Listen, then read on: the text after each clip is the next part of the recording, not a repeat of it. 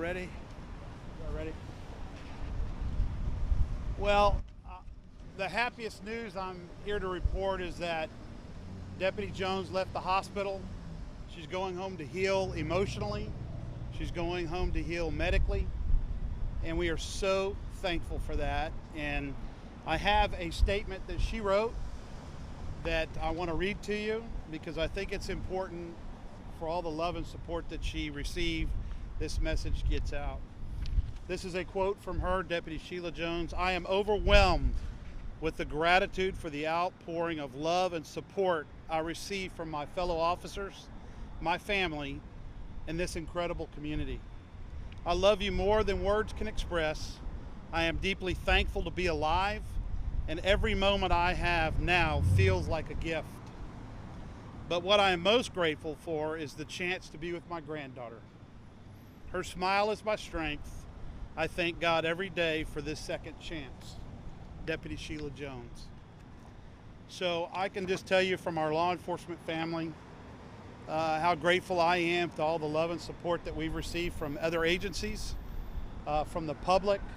I have had so many texts. All of our officers have had so many texts and messages of love and support, and I just want to thank the community for caring as much as they do, and I'm just happy to report she's going home.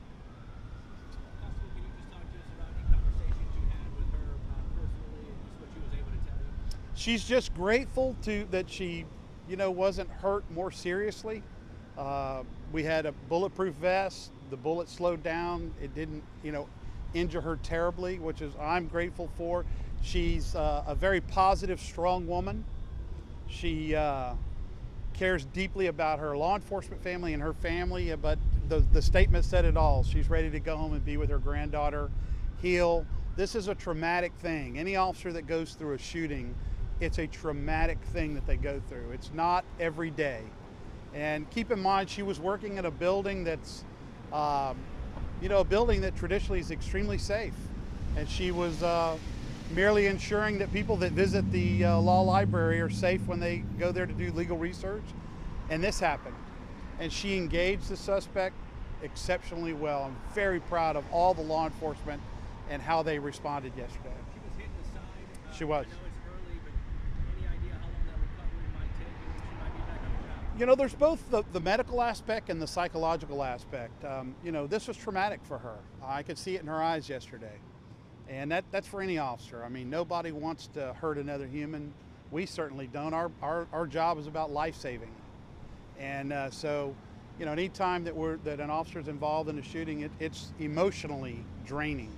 And she has greatly improved from what I saw her yesterday. She was very much, in shock a bit and dazed. And today I saw her eyes again. I saw she was very responsive, and she was great. And so, it's going to take her time, and we're going to support her. As any law enforcement agency would do, we're going to support her and make sure that if she needs any counseling or anything like that, or any of the officers that were involved in this shooting, get the proper care and love that they so rightfully deserve. The investigation is ongoing. Have you guys been able to confirm if the bullet that hit her was in fact?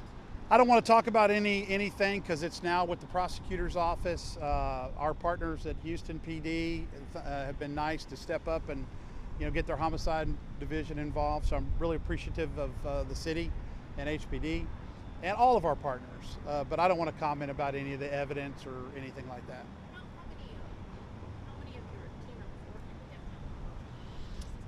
working with We have about 153 total, some civilian, some law enforcement. We screen 2 million plus people a year through the courthouse complex.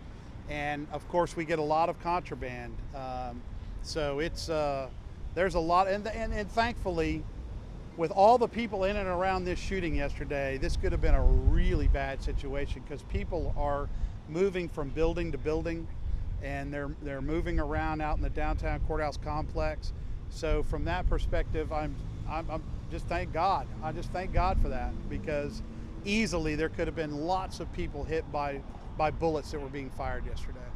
I know she has had a long law enforcement career. Do you know if this is her first time using a weapon or being involved in? I don't have the answer to that, so I don't want to speculate. But she's had a 30-plus year law enforcement. She has a military background, and she is one tough cookie. I can just tell you that. She's got strength, and I'm just so appreciative that she's part of my team. She's just a wonderful human being and well loved. I heard from people all over the state yesterday that went to schools with her and knew her well. Constable, you're talking about a tough cookie. There's a video out there where it shows like her literally running towards the guy, not thinking twice, putting herself out there. What goes through your mind when you saw that? That's what law enforcement does. We run to the problem, not away from the problem. And she was doing exactly what she was supposed to do. She was doing exactly, our job is about saving lives. And she was engaging the suspect, taking care and neutralizing the threat. And it's what we train for. It's what we do for our profession. So she did exactly, and that's just who she is, by the way. She is definitely the kind of person that's going to run to the threat and take care of it. Very proud of the work that all of them did. We had many officers involved in that yesterday. He was heard that the suspect down. I can't say that. I can say that, you know, she was part of what happened yesterday. Whether one of her shots actually made it, but I really don't want to get into any of that. I really don't. Have you got an update on the suspect? Suspect is stabilized, and you know he was struck many times, and so he's stable. Yes. Can you update on the charges of the suspect? Yeah, he's going to be charged with aggravated assault on a public servant and felon in possession of a firearms, and the district attorney may end up filing additional charges. We are working closely with all of our law enforcement partners, the DA especially, and we'll see if there's any additional charges that might be filed against him. Constable, is there any additional information about the suspect? How long has he been out? When he's a felon? How he may have gotten that firearm? Has he talked? Anything like that? I don't want to get into that. I can only tell you he has 6 prior felonies. He was out on a current bond for a minor offense, criminal trespass. And, you know, that's really all I can tell you about that. Were any of your other deputies involved? Like, Yep. some responsibilities? Yes. Anybody else on administrative leave or? Well, they're all on 3-day leave, 4, and we want to give them all the time they need. It again is a very stressful situation to be involved in a shooting, and so we're going to give them the time and the space and the love and support to heal and be ready mentally to get back out and protect people. So just to clarify, I want to make sure I got the that right. Not counting Deputy Jones, you have 4 other deputies under their command discharged assault suspects. Yes. Plus, Sheriff Howard Deputy. County. Sheriff. Yeah. Again, I really don't want to get into this. Okay, guys. I really don't. I'd rather Houston, when they complete it, we'll be able to give you all the facts, and I want to be factual at always.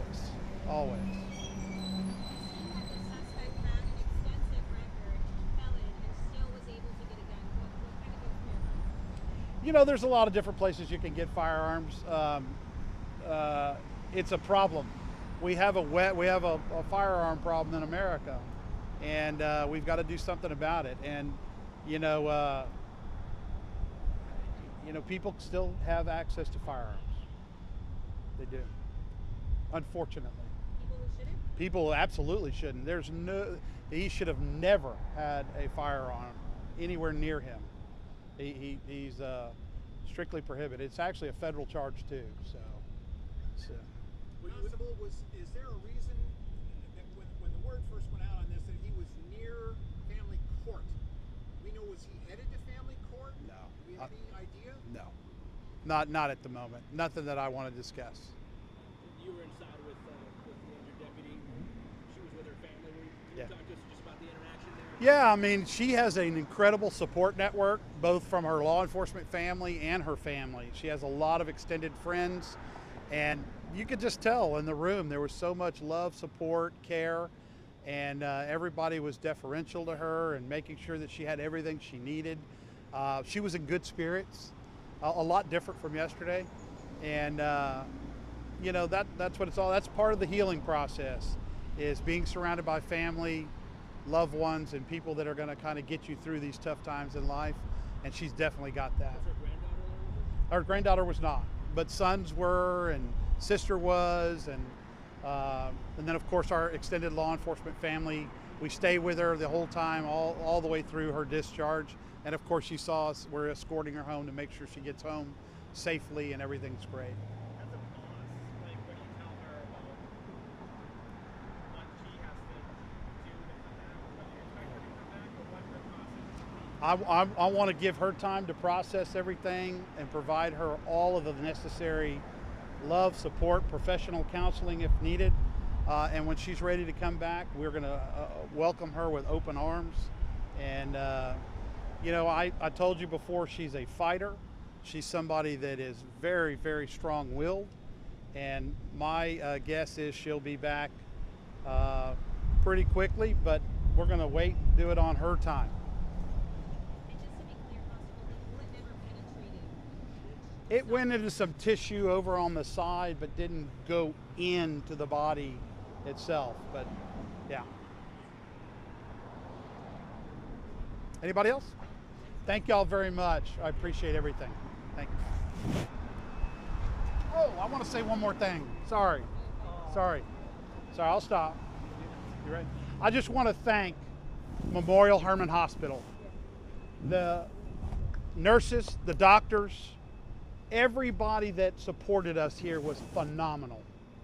From the security staff all the way up to everybody that helped. Thank you, Memorial Hermann Hospital and St. Joseph's Hospital, because that's where we initially took her. Thank you to our medical staff, our nurses, everybody. We couldn't do what we do without y'all's support. So I just want to get that on the record.